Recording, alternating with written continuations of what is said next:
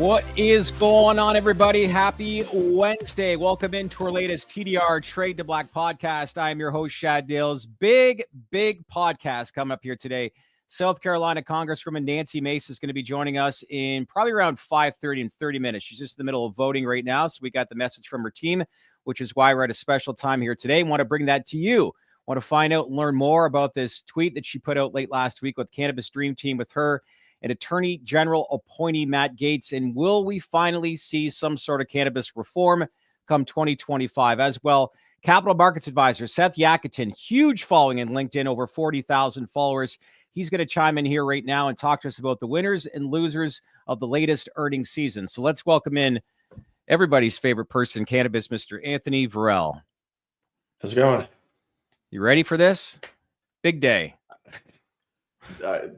Yeah, I mean, the industry's kind of a circus right now. They just showed what Sam claimed was their standing in the ALJ hearing, and it was because they were going to be harmed by rescheduling because it would affect their ability to fundraise. That is... The truth is coming out. Yeah, it's the ALJ hearing is becoming a joke pretty quickly, but aside from the sensational writers in the space that I guess the reading comprehension slides them to where they can't understand that interested parties were parties that are potentially harmed by the rescheduling initiative. So the list being dwindled down to anti-parties was not a surprise. It's not stunning, like some writers came out and said last night. They shouldn't have been stunned by that. They should have knew what was going on. The ALJ hearings, just so everybody knows, it's going to be a circus. There's going to be a lot of vitriol. There's going to be a lot of bad things that are said. Not a lot of it's going to hold water, but it's going to be said and it's going to be put out there in public. This is going to be a clown show, judging by what's coming out already with the lawsuits that are against Kevin Sabet with incriminating himself potentially on Twitter to be in cahoots with the DEA. And now just showing the absolute joke of Sam trying to prove their standing because they're not going to be able to fundraise.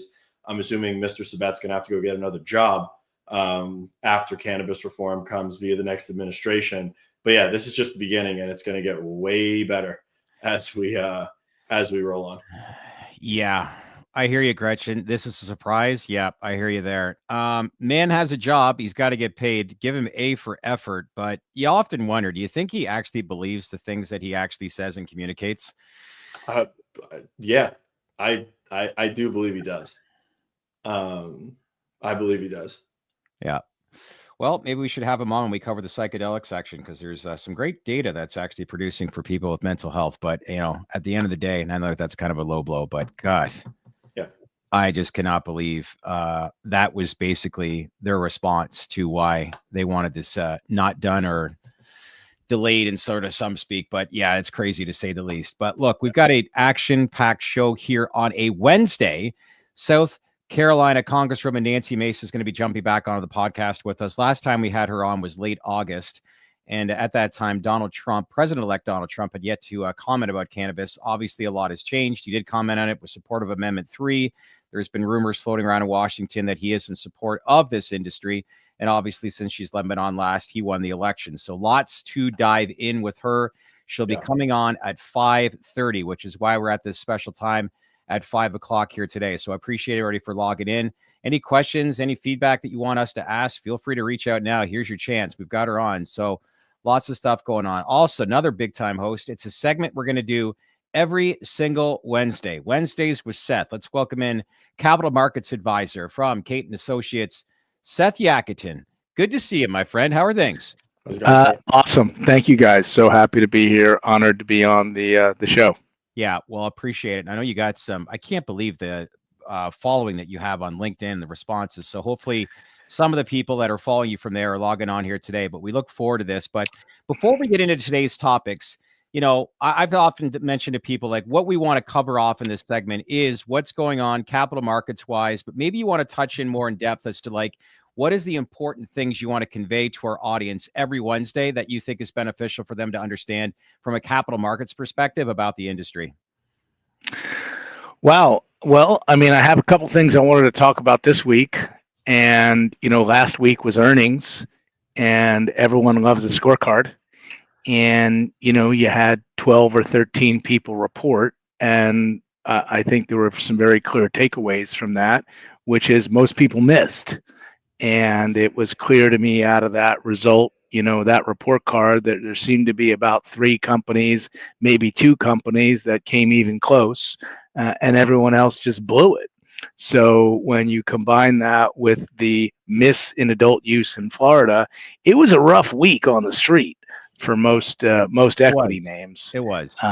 So that's a pretty big takeaway. I think instead of talking about the negative, you could probably talk about the positive in that I think GTI, and I'm wearing a Glass House hat, GTI and Glass House, I think, were pretty much the only two who kind of, although GTI missed consensus top line, were the only two who came in with significant beats anywhere, or significant kind of match to number. I did a post about True Leave last Friday. The amount of activity that I got in that post was overwhelming. And I think the stock has suffered as a result of not just the general results, but also the use of proceeds and the lack of passage of adult use. So it was very interesting. I think, Ascend is one of the few people who I think were in line with numbers. I've also stocks trading like they're going out of business. Correct. Correct. I also think AYR got as per sale sign hung on itself in the last 3 weeks, given the amount of debt they have and the loss on adult use and the wide scale miss and the fact that they still have a lawyer running that company and they haven't named a CEO and they've got kind of a gamish of assets.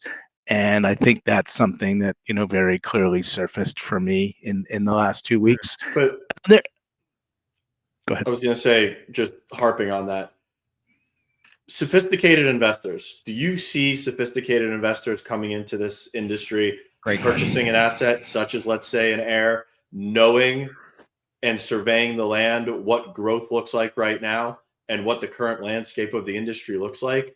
Because I don't know many that would. If we're talking about in terms of growth and just the regulatory mire that we're in right now, until we get something from Washington or something administratively that paired with the economic environment, like you alluded to, which was the last earnings report, which was flat, and we can't really point to where that growth is going to come from. Do you see somebody coming into the sector? I don't even think it has anything to do with technical fundamentals, Anthony. I think until you get some level of federal relief where it's a zero game, right? Yeah. I think what you're going to see is, I think you're going to see peer-to-peer. One of the most dangerous companies on the board, as far as I'm concerned, is Sundial. There's someone we haven't talked about. They did pretty well. I speak to that CEO occasionally. I think he's one of the smartest guys in the industry. And they've got a big pile of cash. They're amassing assets at discounts in Canada, and they're figuring out what they're going to do in the U.S.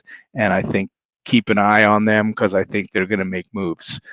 For me, there's three things that I'm kind of betting on hard in the next 2-3 quarters, which is GTI continuing to deliver results, Glass House meeting guidance, and Sundial's the most cash that's on the board, with probably one of the brightest corporate finance guys running it.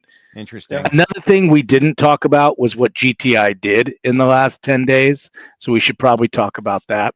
I actually got out of the stock today. But yeah, it was a good move. I've been very critical of Ben. For those that don't know, we're talking about Agrify, but go on. Agrify. Yeah. So I've been very critical of Ben Kovler publicly in the way that he's communicated with the street.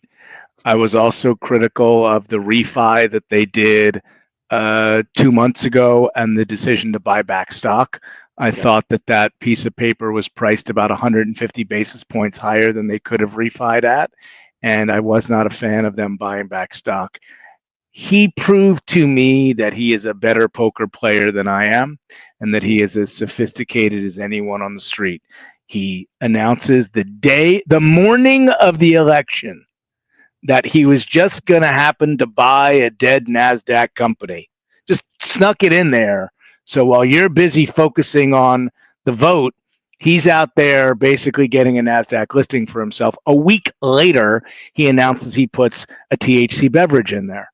So what's he going to do? Is he going to roll up THC Bev? I don't know. Is he going to back GTI into that thing? I don't know. But he proved to me that as a capital markets operator, and you know what? He completely delivered on earnings in an earnings period where you had 13 out of 15 people miss. I bought GTI, and I bought more GTI last week as a result of that. And I've been questioning what he's doing. He's proven to me that of the top three, he's the savviest. Kim went down several notches for me last week, several notches. So it's been interesting to see what's going on there as a result of. I tend to agree with you on Agrify. I think the dynamics around it are pretty interesting. I think he bought the margarita on purpose, with very much the idea of I'm going to jam this through Barstool. Yes. And we're also going to go to, let's say, Sam to get distribution. I don't think he was going to go buy a seltzer or a scented beverage. The fact that it's a mocktail that's got D9 THC in it is, I think, very strategic for what he wants to do. I think he built the pipes for marketing and sales and distribution before he bought the product.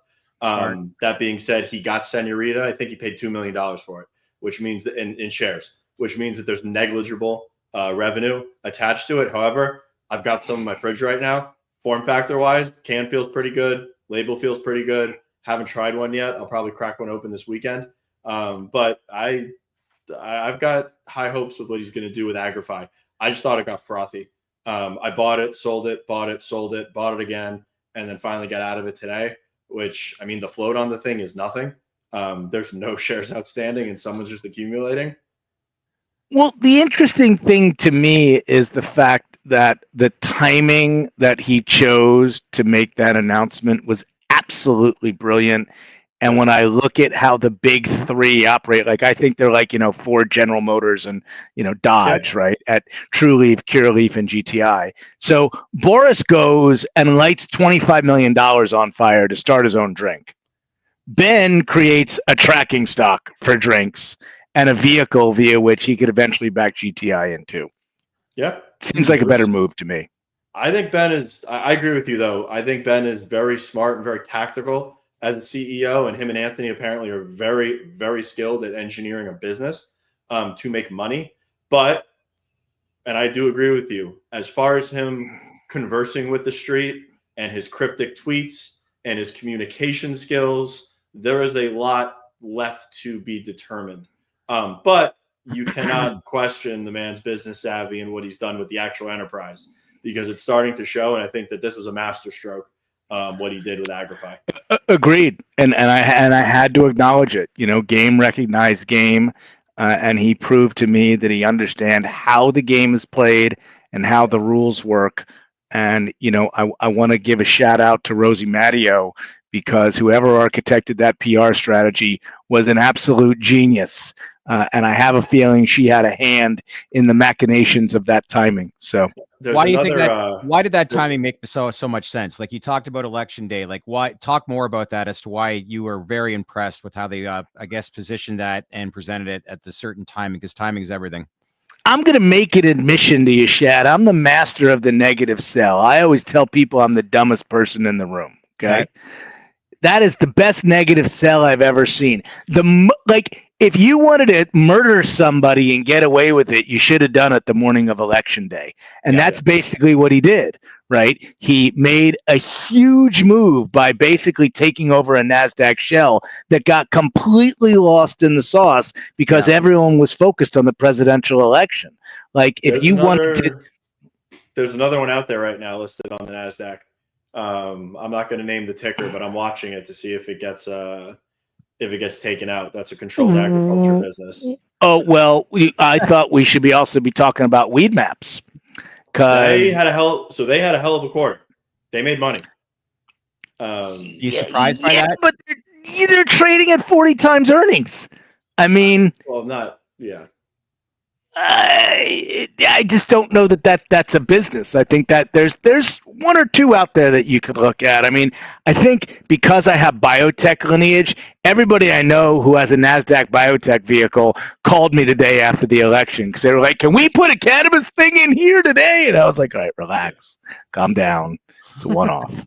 But I just think, like, from a tactical perspective, I'm a market student, right? Like, I love the market. I love the deals. And when I see someone make such a strong move and bury the headline in, like, the most active news day ever, he didn't announce it on Monday. He announced it Tuesday morning when market opened. Yeah. So it's kind of like, all right, well, you know, I mean, not that I want to advocate terrorism, but, like, if you're going to rob a bank or launch a terrorist attack, you probably should have done it on Tuesday of the election, right? Like, the response time is probably going to be lower than any other time. And from a tactical perspective, that's kind of what he did with that move. If you're going to rob a bank in Green Bay, do it on a Sunday afternoon in the fall. There you go. You go. Exactly. And that's kind of what he did. Couple of other things I'm looking at. Yeah, Ease. They made that announcement. Their Series B raised $10 million. We've seen a lot of companies in California, numerous receiverships over the past several months in California. Tax, obviously, from the legal market is a big hinder for a lot of these companies. What do you make of this latest announcement with Ease? And then, I guess, further to that, like, when we've seen a lot of these receiverships, like, is California ever to become the state from a legal aspect that we at one time hope it would become? So let me answer the second question first. It's gotta be, because you still have a $3 billion market there, and it's not going away, and it's not getting that much smaller. It's just difficult. Yeah. And that's a $3 billion illegal market. I don't know how big the illicit market is. So no matter what metric, like, the only two states that have a chance of catching it are Florida and New York. And Florida just got hit in the mouth, and New York probably needs to figure out a way to get there. So I believe, and I very firmly publicly espouse that California will be the way. What happened at Ease is what's happened at a lot of different companies, where what you're seeing is, because of what we talked about earlier, Anthony, the lack of federal clarity, you have a very finite number of capital options for most cannabis companies, which focus on way too much debt.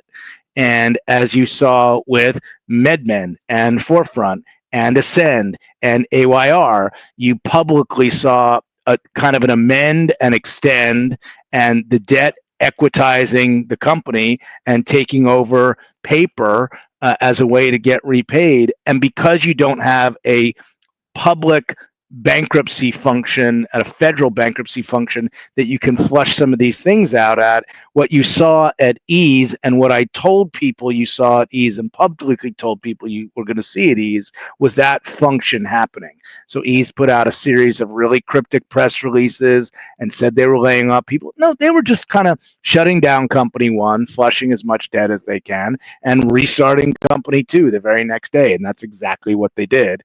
And State House is going through that process right now. They're in a public receivership. Tip for your listeners: if I'm going to bet money, I'm going to bet that that's going to be the exact same process that happened at Ease, where they're going to go through a public, receivership. No bids are going to come in that are going to work. That debt's going to come in and cram down the equity and take over that company and relaunch it. I'm watching. What do you make of that strategy? What do you make of that strategy based on the press release? I think it's awesome if you're the investor. I think it sucks if you were an equity holder. I also think, for me, I'm rooting. Why it sucks? Because he got crammed down. So, like, crammed down. I just got crammed down in Philo. There you go. So just got bad. I got my ass handed to me. My my $100,000 I think is worth like $5. Without disclosing material non-public information, let's say that Ease raised $200 million over its time, and let's just say about $100 million of it was equity, and the $150 million was equity and $50 million was debt. One investor owned all the debt and put in the preponderance of the equity, and the debt just basically took over the company. So I was one of the largest employee non-owners of the company. Okay. I got zero, got a goose egg. I'm really happy that the company's still around because of how bullish I am in California. They're still probably one of the 2 or 3 most important retailers in the state. And if ease went down, brand ecosystem would hurt. It would hurt the state. So while my investment portfolio didn't work out there and my upside didn't work out there, I'm long the industry and I'm long California. So the existence of ease is better for me than an extinction event for ease. Where I was going to go is the one I'm watching is Gold Flora. Okay. You know, she put out earnings just like everyone else did. I'm rooting for Lori Holcomb. I want her to win. I want that company to be successful. Please look at the balance sheet for Q3 and tell me I'm crazy, because the math just doesn't math. There's no math. The math, I was going to say, the math doesn't math. If she gets her ERTC credit of $13 or $14 million, I think she staves off the wolves. But without some bolus of capital there, that I think that's going to be one of the next ones to fall. I'm also watching this Cookies Gruen lawsuit. If you're aware, you know, Cookies and their major investor have been fighting each other publicly. That lawsuit's going to be kind of adjudicated in the beginning of December, or start to go to trial in the beginning of December. That's also a big one for me, only because I don't know who's right. I don't have a dog in the hunt. I believe that Cookies is one of the most powerful brands in the industry, and I'm rooting for the success of Cookies as a brand. And that's another one I got my eye on that I'm watching pretty hard. Okay. One thing you outlined too is these debt maturity walls, and why you should be, I guess, concerned. You know, I know that's we're on fire here today. I think a lot of people are getting some great responses. When we look at some of these dates with some of these companies, I think what's the 2026? Some of these companies are outlined, and we've talked about, especially after what happened with Amendment 3, consolidation is going to be front and center. Like, yes, it will happen, but how soon do you see this happening? It's like you have had a view into my mind on my posting strategy on LinkedIn, because I have a post on ease today. And, you know, I'm going to prognosticate there might be a post about the debt maturity wall coming up. So a lot of people have told me about the debt maturity wall. And if you're not familiar with what it is that you have debt maturing in the next 6 quarters in cannabis of about $2.6 billion. Okay. So we had a maturity wall in 2022 and 2023 and 24 that we got through. But you have more debt coming to market that's going to mature than has ever matured before. And it's about $2.6 billion in debt. And people like me that are alleged insiders are concerned, and I'm going to tell you why. I'm not sure there's $2.6 billion worth of demand, okay? So you got Curaleaf, Cresco, Trulieve, and Verano that between them have $1.4 billion that's coming due between now and October of next year. I think they get through. But you got AYR, Cannabis, Schwazy, and Ascend that's coming with about another $1 billion, and that's just the 4 publics, right? And you probably got another $500 million of private debt that's coming due. So you got a wave of debt that's coming in, and without Air's kicked down to 2027, isn't it? As far as the maturity goes, you could be right. I thought they had paper that came due before that. I'm pretty sure they do, but Cannabis, I'll look it up right now. The Cannabis has a big slug. So does Ascend, and the tier ones. I think the demand will be there, but I think you're right. I don't think there's $2.6 billion floating around to refi and or soak up that debt.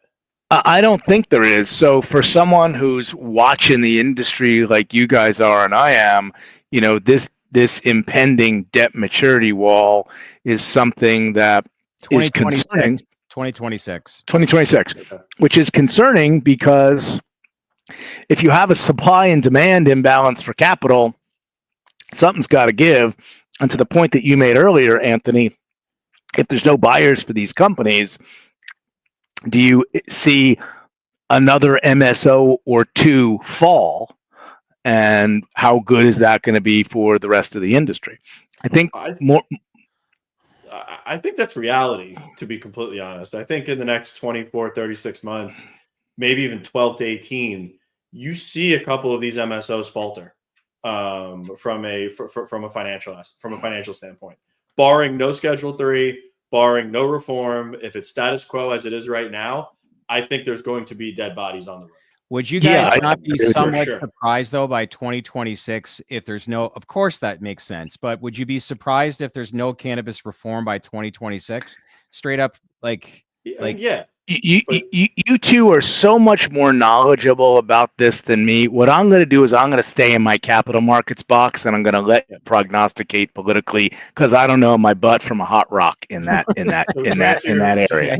To answer your question, Chad, yes, there is an above average chance that something happens before 2026. Yeah, but there's also a chance that nothing happens. There's always a chance that nothing happens. For me, for my strategy is I got to build businesses assuming nothing's going to happen. And if something happens, you know what? Great. You and I can pop the champagne at the next Benzinga together. All right. Yeah. Would 100% true. Would Bodie say, Patrick Swayze in the movie Point Break, to catch the ultimate wave, you got to pay the ultimate price? I am paying the ultimate price here every day. So are you. Love that movie. Listen, this is every Wednesday. We have Congresswoman Nancy Mace coming up supposed to be coming on in about 3 minutes. Anything else we want to touch on? Like, what do you make of this? You taking a step back and I think the best question here, Seth, is we talked about earnings from last quarter, where we are. Where do you think we go from here? Because I don't see growth on the horizon anytime soon, unless Pennsylvania magically flips tomorrow, Ohio gets the full adult use regs online, and we get some growth in some other markets. I mean, what's your outlook for the next couple of quarters? Look, I still think you're going to sell more cannabis tomorrow than you sold today. Yeah. I don't know that you're going to see a lot of these catalysts continue, right? Like Missouri is a very functioning state. I think it's going to exceed $1.3 billion in revenue. Ohio's coming online. If you look at catalysts, you got two very easy catalysts to look at. Pennsylvania, yeah. And what the Orange office decides it's going to do once it ripens and manifests. And and I have changed all my brand archetyping to Orange. I just want everyone to know that. So if you're Team Orange and you believe he's going to go in for the win, first and second quarter of this year could be really interesting or not. So I'm just kind of waiting. And I think Schedule 3 and what happens there, and once his team gets in and decides what they want to do, I think you're probably like April 15 until you really have an idea of where things are at. And I'm just kind of holding until then, and looking at market and saying who do I think is going to win and who do I think is going to lose, and just operate and execute. That's what I'm looking at. So. Well, be interested to see and hear and know in due time if people like Kim Rivers and others are actually speaking to this administration and what those conversations are having. Because as we said before, this economic angle, and maybe like there's a lot of people that are unaware that these companies and actually are not listed on senior exchanges. We're going to find out. Yeah. There's two groups of cannabis CEOs that are directly talking to the Trump transition team. Yeah, I know that for a fact. That's not speculation. It's not prognostication. Anybody on the Trump transition team wants to talk to somebody who knows something about cannabis, DM me on LinkedIn. I got an open door for you anytime. You're going to get an earful. I'm on a crusade. No, I do know that for a fact.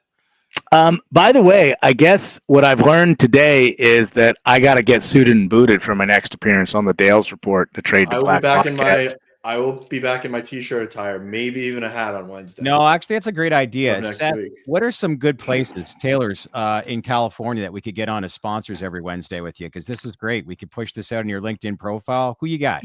Yeah, I outsourced that to a guy in Singapore, so I get everything custom made.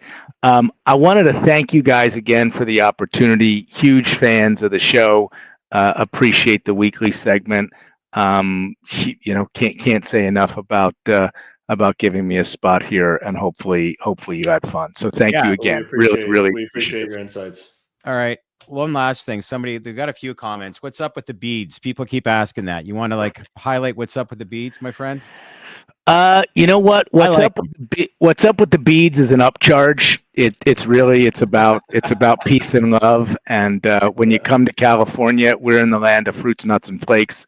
And if you have to ask about the beads, you're probably just never going to get it. So all good, all love, but the beads are my thing. I make bespoke bracelets for people that I really, really, really like. Shad and Anthony both have one. And if you see me in person and I like you, I might give you a bracelet. I appreciate that. Well, listen, great feedback. Always love talking to a capitalist from California. But my friend, look forward to doing this every single Wednesday. Leave some comments, feedback. Let us know what you thought of this segment. This is a good one. But Seth, enjoy the rest of your week, and we'll see you next Wednesday. Thanks, guys. Appreciate it. Talk to you soon. Thank you, sir. Yeah. Well, that was a good way to kick off a new segment, don't you think? Yeah, it's great. I mean, it's great. It's great. His energies, insights, perspective on the industry, and I mean, it's very objective, and it's predominantly pretty damn spot on. Yeah, we have woman Nancy Mace coming on in just a moment. I didn't know about that whole angle pertaining to cookies and Gruen. Did you? I did not. But Seth is right. I mean, Cookies is a paramount brand for the cannabis space. So I mean, it comes to a point where there's certain heritage pieces of this industry that, regardless of the financial standing or what you think of them, it's better for the industry as a whole for those to survive. Cookies being one of them, as it's an international brand that's gotten so big that they have a merch store in Times Square. It's not even a dispensary; it's just a merch store. They've been able to build an empire out of the brand. From my own understanding, I've heard that the company is not a very financially savvy and savvily engineered institution. Yeah. I'm not an investor in it, so to me that doesn't really matter. But as far as Cookies being a brand and Cookies being something that has pushed the cannabis space into the mainstream, I think you'd be being disingenuous not to be able to recognize that. Yeah, that's for sure. Just getting word right now from Congresswoman Mace's team. She's just hurrying back from votes. She'll be on shortly, so we got a little bit of time to kill. But this is the biggest part of the podcast here today. Be interesting to see what we have to say. But that tweet that she pushed out late last week about the Cannabis Dream Team with a picture of her and Attorney General appointee Matt Gaetz, that definitely grabbed a lot of attention. What was that, last Friday that she tweeted that out? But it was. Donald Trump's appointments have all been slam dunks for the cannabis industry. It's luck. I don't think it's there by design. But the fact that we got Matt Gaetz, we've got RFK, we have Susie Wiles, who's from Florida as well. She's a big part of the cannabis industry, or was a big part of the cannabis industry in Florida. No one's adversarial that Donald Trump has put on his cabinet or any of his appointees thus far. It's been good, all things considered. Dr. Christian Kurz, thank you. Great job, TDR. You actually sent me an email yesterday that press passes actually can be awarded to podcasters when the Trump administration is entered in. So guess what we're going to be applying for come 2025? That's amazing. Yeah. Brian, I'm not saying who I talked to in Trump's team. I'm sorry. Nice question, though. Yeah. David Ben, safer attached to the defense bill. Lame duck, baby. No. I don't think so. No. Don't subscribe to any of the safe hype. Please don't. Save yourself the drama. Save yourself the anxiety. If it happens, fantastic.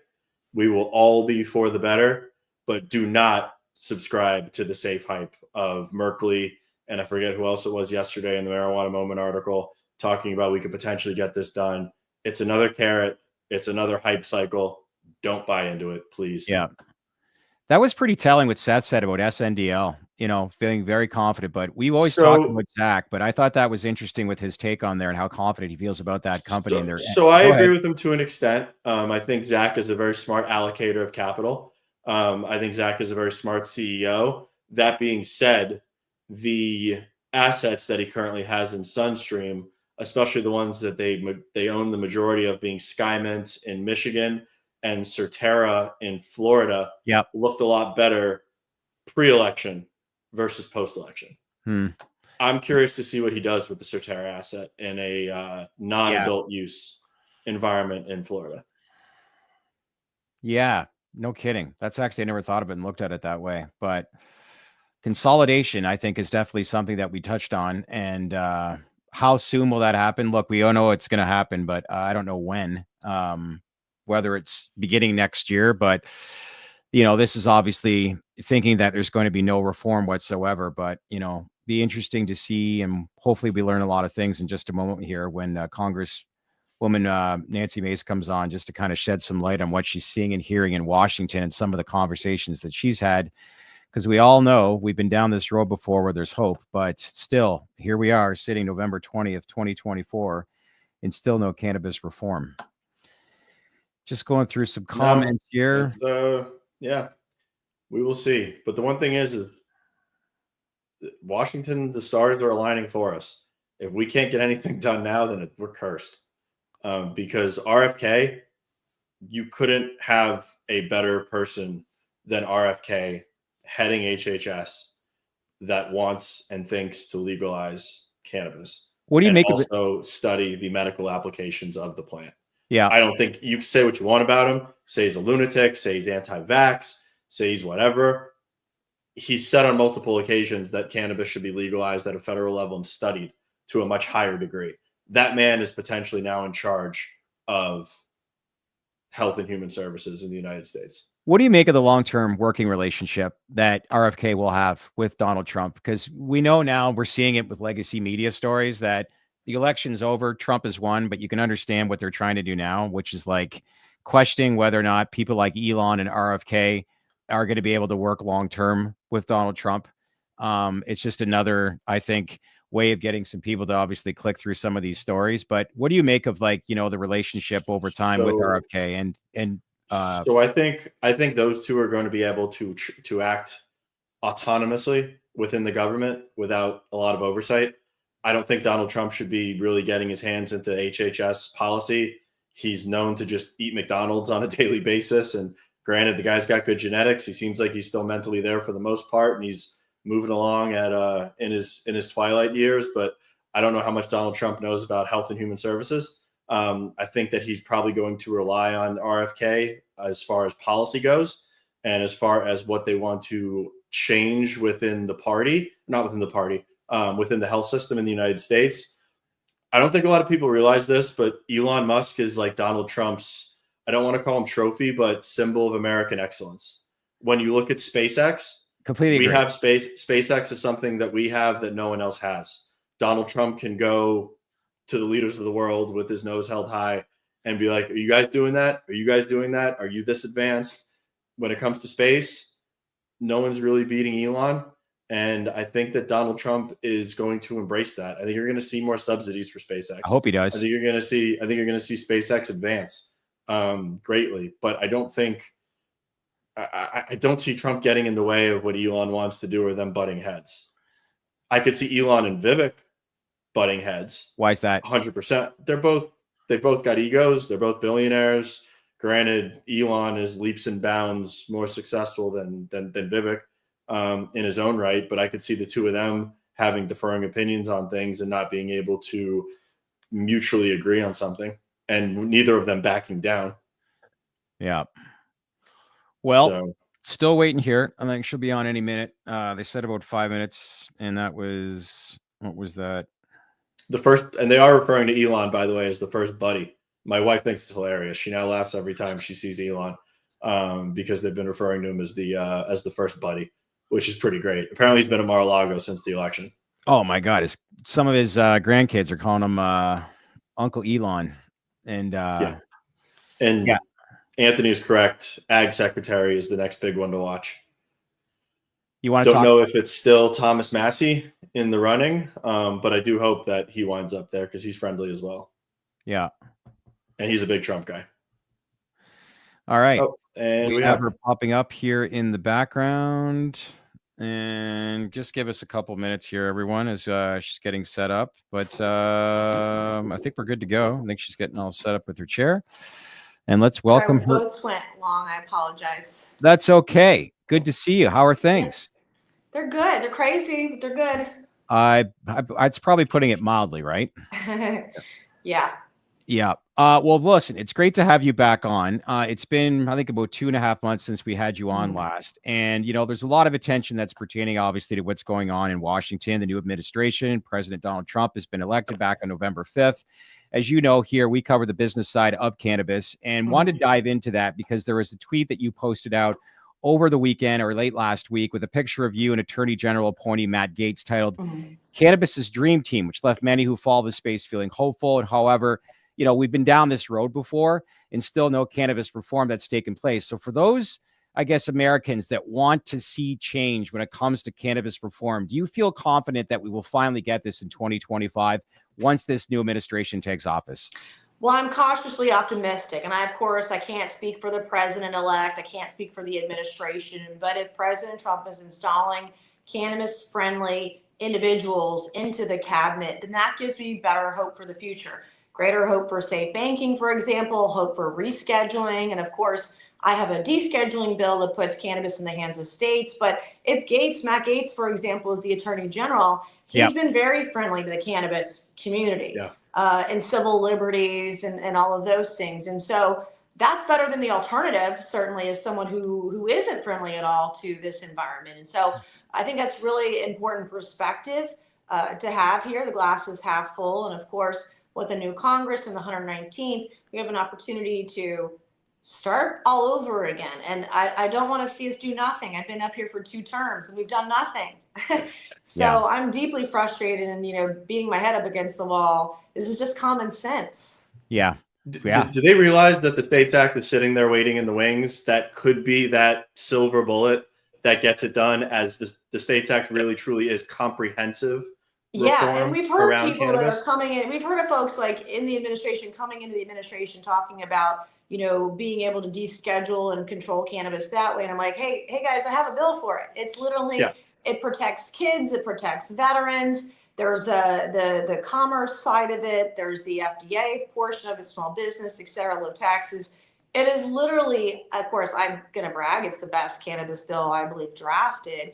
And it's very simple in its form and provides a framework. And we'll file the States Reform Act again. We'll be a part of safe banking. We're going to look at every way, I've talked about too, or are there other small ways we can make a big difference in this environment for businesses that are in the cannabis space too. And I think every option needs to be on the table. And I'll be obviously cheerleading and leading that effort too.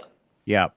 Representative Mace, have you spoken to Attorney General appointee Matt Gaetz since the announcement was made last week about cannabis at all? Or have you in the past?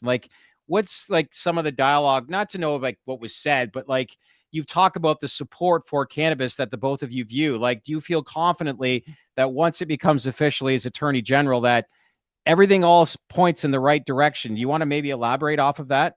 I've only congratulated Trump's nominees to their appointments. I have not had time. We're in session this week. We had a lot going on to speak to him one-on-one privately about cannabis. But of course, I'm an advocate of cannabis. And if and when he does get installed, that is a conversation we will absolutely have. But we're still a ways away from that because these appointments have to get done. Senate confirmation hearings have to happen. President has to be sworn in. We're still a ways away, but as soon as that happens, like clockwork, we're going to be there. And I have a good relationship with many of the individuals that Trump is nominating too. Yeah. So we're in the middle. We're in the middle of the rescheduling process right now, and a lot of the part of the new administration has been getting rid of, let's say, the deep state bureaucracy that's currently in Washington. We're starting to see some questionable behavior in regards to the DEA and the rescheduling process, and some headlines that have broke over the last couple of days. Do you have ongoing correspondence with anybody at the DEA, or think that is something that has established, let's say, an element of the deep state bureaucracy and they are trying to work against us?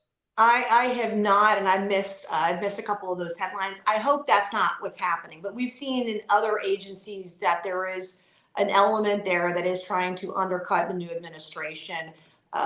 For example, telling Ukraine that they can use, our weaponry to shoot into Russia, to launch our missiles into Russia. So you see a little bit of that happening because it's just the last few weeks. You're going to see them push through judges, for example, for life as much as they can. They're going to try to do as much damage as they can on the way out. That's what it looks like they're doing. And I hope that's not the case of the DEA. But you're seeing a little bit of that right now. And it's frustrating. There's a new sheriff in town, so to speak, a new leader of the free world. And we want to make sure that the president has all the ability to be successful, because that means our country will be successful in every way. Yeah.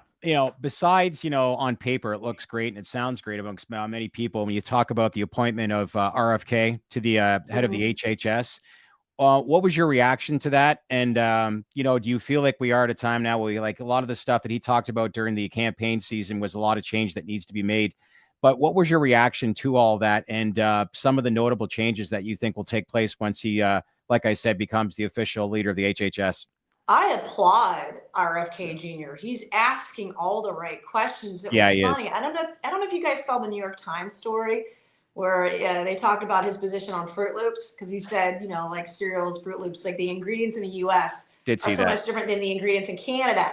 And the New York Times said something like, "Oh, the ingredients are the same except for these 10 or 12 chemicals that are in the U.S. version of Fruit Loops," right? But he has a point. We know that certain dyes cause certain things. I know, like I was a kid growing up, I was allergic to the red dye. I forget what the number was.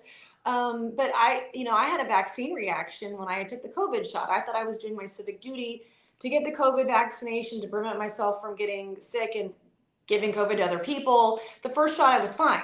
The second shot, all hell broke loose with my immune system. And so I have asthma now, I have chest pains, I have tremors in my right hand primarily, and it's not changed. It was just 3 years ago. So, and I watched one of my children have a severe vaccine reaction when they were 18 months old. And so, I think it's great to have someone who's going to come in with a eye for questioning, because big pharma shouldn't just be able to get away with this with no encumbrances, no accountability when people get injured, and people ought to know what the risks are. So I think it's great to have this disruption. I think it'll be healthy. I love the idea of Vivek and Elon doing the Doge agency. Like, we shouldn't be paying, we shouldn't be spending $1.1 million to study Russian cats on treadmills. I can't, it's crazy. There's an animal testing lab in my district in South Carolina. NIH has given them over $100 million over the last 2 decades to test on primates. And a lot of those tests don't correlate to human studies. And so we just waste a lot of money that could go to better use if we're going to spend it at all, or just cut it. There's just a lot of opportunity. Speaking of Doge, I was actually looking through the web and ChatGPT last night to get a handle on the amount of capital that's allocated on a federal level to cannabis enforcement and against the plant, because cutting that out, legalizing it seems like common sense. If you want to start trimming fat to something that actually doesn't need to be enforced and is more of a weight on society. Yeah. And you can save taxpayer dollars. Correct. It's amazing what can happen. And in getting people out of prison for nonviolent cannabis arrests and putting them to work, become productive members of society. And there's just so much opportunity here. Yeah, and here's another important one, is that the jobs reports actually doesn't identify cannabis jobs because it's still classified as a Schedule I drug. So if that were to change, think of the amount of jobs that actually were reported, which I would think would be very, very favorable for this new administration. But I bring up RFK's name because I'd like to get a better idea as to what you're seeing and experiencing in Washington right now and how they're working with each other. Because on paper, as I said before, a lot of people are optimistic with certain appointees that have been announced right now. But is this pretty impressive, to say the least, as to the people that you're talking about? They're going to be working with conjunction with each other. Do you plan and anticipating seeing a lot of that with the RFKs, the Viveks, Elons, obviously President Trump that's going to be, taking office? What is some of the, stuff that you can share with us where you think these people will all be aligned and working with each other? Well, the number one thing is that this was a mandate. Trump got the popular vote. He got more votes than any Republican presidential nominee in U.S. history. He won all 7 swing states.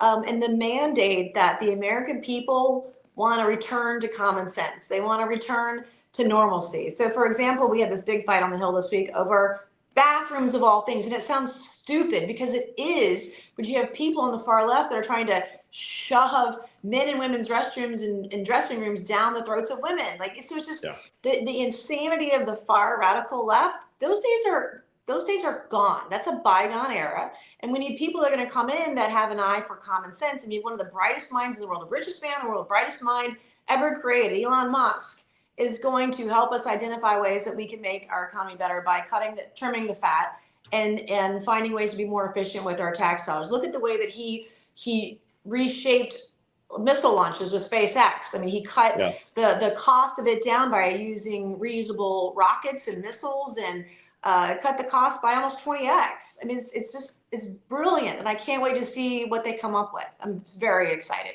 Yeah, that's for sure. In regards to the States Act, let's say we get that to the point of like where it's viable, where we can get the votes. Do you see having to introduce something maybe with like a hope to bring in a little bit more social equity, or do you think it's to get the Dems in as well from the other side of the aisle? Or do you think it could probably get done the way it is right now, as it is comprehensive? It's hard to say, but there are components of it that are negotiable, like where some of the tax funds can be allocated to. There are different measures in there. I'm willing to work with folks to get it across the finish line, as long as we're not going off the rails. Like you can't have crazy high taxes. You can't have crazy social equity programs. A lot of those programs backfire, and they actually do the opposite of what they were intended to do. And we've seen that in states that have tried to implement social equity programs. And so we just want to make sure that we keep it normal and that we protect kids and we protect veterans and we do the right thing. Small businesses all across the country. Yeah. And I know on a lighter note, I know you were part of the UAP hearing, I think last week or the week before. Yeah. What do you think we see first? True declassified information as it relates to UAPs, or meaningful cannabis reform? Oh man, that's a tough one. That is it's so tough. It's hard to say. I mean, I spent the weekend reading declassified government documents about UAPs, communication between the FBI and the U.S. Army over disclosure and crash retrieval programs. And you're just sort of like mind blown, but the government's lying to you. It's really hard to say, but again, I'm hopeful that with this new administration, there'll be more disclosure for people. Maybe they'll happen at the same time. Yeah. That'd be good. It'd be good to have them in tandem. Fair answer. Yeah. Last thing I'll leave you with is that last time we had you on was the end of August. And at that time, President-elect Trump had yet to talk about the support of cannabis, but fast forward 2 weeks later, and he showed his support for Amendment 3 in Florida. That failed, but it did get the majority of the vote from Floridians. What do you think prompted his interest towards the space? Any idea? I can't speak on his behalf, but what I can say, Florida has done a good job with medical. It's a place where you can show that there's been success there. I am hoping that my state will get there also. There's been polling in South Carolina. This is a wildly popular idea, especially with medical, but of course I support recreational. People can make that choice, just like alcohol. But I think it's a move in the right direction. Yeah, I think so. Well, let's hope. But I think the biggest thing I think people want to see and hear right now is just a lot of these initiatives been on the table for the past 4 years. And with the Republicans having a clean sweep of both the Senate and the House, they want to see actual change. But you feel confident with that happening now that we will start to see some of these initiatives that have been brought up 4 years ago will finally come to fruition? I hope so. I mean, if we don't do this, this is a winning issue for us. I mean, there's a huge opportunity. I worry about the Senate. We passed a lot of measures in the House. I worry about the Senate because they're just risk averse sometimes, but this is going to be a time when we can take small risks and make big wins for the American people. Well, listen, appreciate your time for checking in with us. All the best. And let's keep in touch. Okay. Thank you so much, guys. All right. Thank you. All right. There you have it. So hopefully, wanted to get some good feedback. I think we got some great feedback. Let us know some comments. Anything that we missed, feel free to let us know. But, she could pretty much say only could she say it at this point. And I think that was fair enough. But what was your take from it all? What was your big takeaway? That's the UAP question. Yeah, that's fine. Yeah. No, I mean, I think it's insightful. Obviously, I mean, immensely appreciative of her giving us her time. And I mean, I think that the States Act is sensible. It's there. It's on the right side of the aisle for where Washington is right now. And I do think that it could get done. It's the what are you laughing at? The UAP question was gold from American Cannabis Collective. I mean, And I was gold too. Gotta lighten it up a little bit. You got your 20 seconds to ask that question. Ask it away. Yeah. But yeah, good for you. No, it was great. And I mean, Representative Mace is a champion for the industry and for the plant in Washington. And the stars are aligning and the dots are being connected. We just gotta hope that it gets done. And there's nothing concrete here. But if you want to read the tea leaves and if you want to look at what's sitting in front of us, what's been said, that's the thing. They've said it. Yeah. This should get done. Yeah. One can only hope, but great to see her response and reaction with RFK. But, you know, obviously there are a lot of things that she was bringing up as far as examples with some of the food and stuff, but circling it back, you know, I wanted to get a better idea as to like, is there open communication happening between her, obviously President-elect Trump, which obviously is going to take place, among other people, especially Attorney General appointee Matt Gaetz. RFK's got a lot on his plate. He has a lot on his plate. RFK's got a lot on his plate. He's key going to prioritize food, if I had to guess, when he first gets into office. He's probably then going to go reforming, cutting out cancer that's in HHS, that's in these regulatory bodies, regulatory capture that's happened, start to weed out the bureaucracy. But I do firmly believe that he does get to cannabis. He does address it and he does get it done. One can only hope it follows the space, but you know what? We're doing what we can. We're trying to get on the best thought leaders in the space to give you a better idea as to what's next for the industry. Love to get your comments. So leave us the smash like button, leave some comments below. Let us know what you thought of today's podcast. We'd love to get your feedback. And as usual, hopefully we get some more outreach towards people from Washington and some lawmakers that we plan to have on the podcast in the future. Quick reminder, make sure to scan that QR code, subscribe to our Baked In newsletter, pushed out 8 a.m. every single day, Monday through Friday, weekdays. You want to get all the latest, especially a wrap-up report on today's podcast and some insight from it. Make sure to subscribe if you haven't done so already to our Baked In newsletter. All right, we're back here Friday morning, 11 a.m. I don't know who we have lined up, but we will have something lined up. Dan for the Chart Guys will join in, talk about just the weekly performance.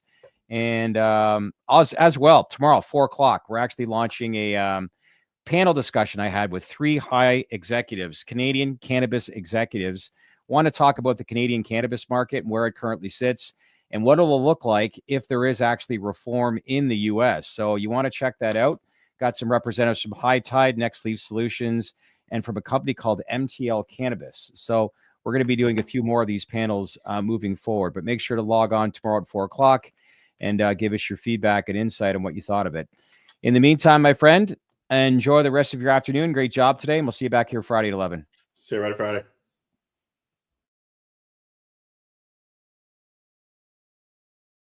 Hey, everybody. Stay connected here. The latest Traded Black podcast. Another great episode under the belt. What'd y'all think? Do you like what we had to say? Please leave any comments below. And as usual, make sure to subscribe to our Baked In newsletter. Check us out on Apple and Spotify. And if you haven't done so already, make sure to smash that like button, leave some comments, as I said before, and subscribe to our channel because we wouldn't be here without you. Thanks again, everybody, for watching.